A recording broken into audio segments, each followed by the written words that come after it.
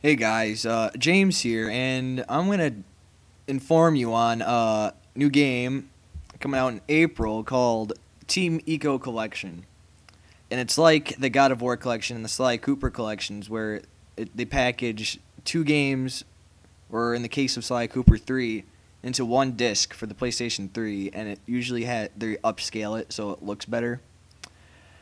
But with this one, what they're doing, the two games are Eco and Shadow of the Colossus, and they're not just upscaling; they're retexturing the game. So that's a huge it's gonna look really good. Like the graphics will look like PlayStation 3 graphics, basically.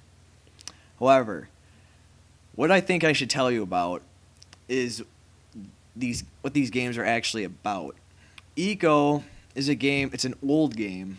Came out in 2001 for the PlayStation 2, and it was about a kid named Eco who was born with these bull horns on his head. Like actually had them growing out of his head. I thought when I first looked at the box art, I thought he was just wearing a helmet, like a Viking, but he's not. So in their village, he comes of age, and his village, their practice is to sacrifice him. So they put him in like a dungeon, but he somehow escapes, and he ends up rescuing a girl who's also caged up, and you just have to escape, I guess. I haven't played these games, so I can't really tell you that much about them. But from what I hear, it's a very artistic game. Eco and Shadow of the Colossus alike. Shadow of the Colossus is about a warrior.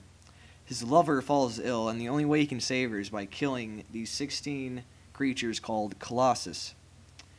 And when Shadow of the Colossus came out, the Colossus, I guess, were the biggest enemies to ever be seen on a video game screen. I guess now we have God of War 3 with the Titans, but back then it was a huge feat. So these games were technically very good for their time in their day, and now they're getting retexturized. So still gonna it's not you're not gonna be playing with like crappy graphics. They're gonna be like completely retextured. They're gonna look nice.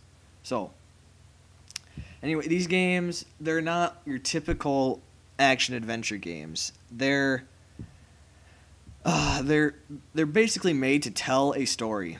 To tell a story, okay? And they're Shadow of the Colossus is considered one of the greatest, if not the greatest PlayStation 2 game of all that ever came out on it. So I almost actually bought Shadow of the Colossus once just cuz I thought it looked like a cool game. I had no idea the huge following it had, and how highly how high people held it in regard to it.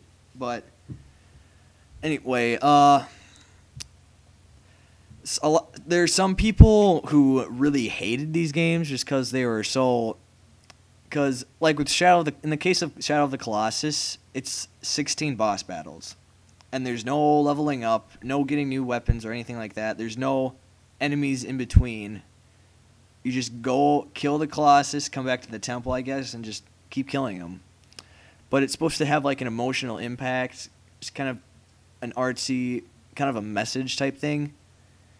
And I know I'm not trying to offend, because I know there's people who just play games to blow shit up, basically. Just have fun and just take the gun and just unload on virtual people. But these games are not like, these are really like artistic majesty type of thing.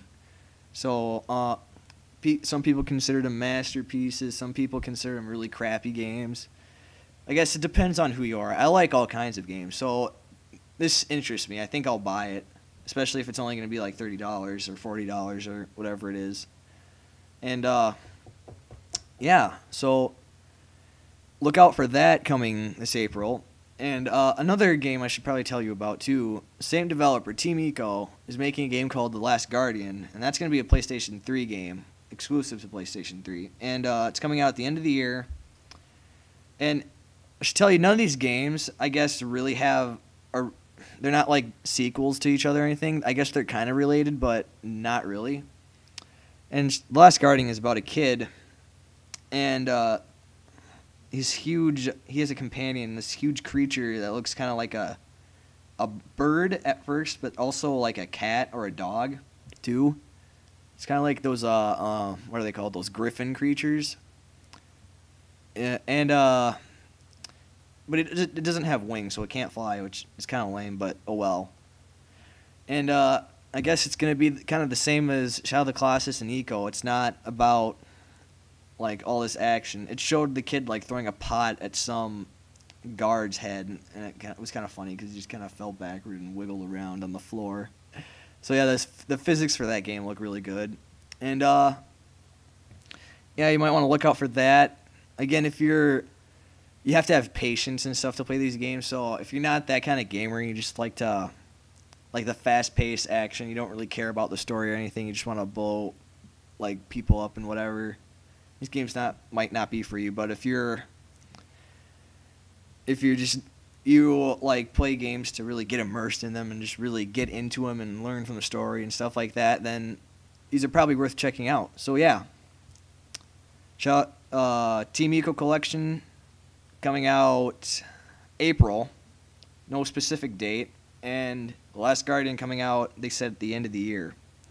So I'll probably do another video on The Last Guardian around E3. I'm expecting another trailer and more information on that. And yeah, look out for those.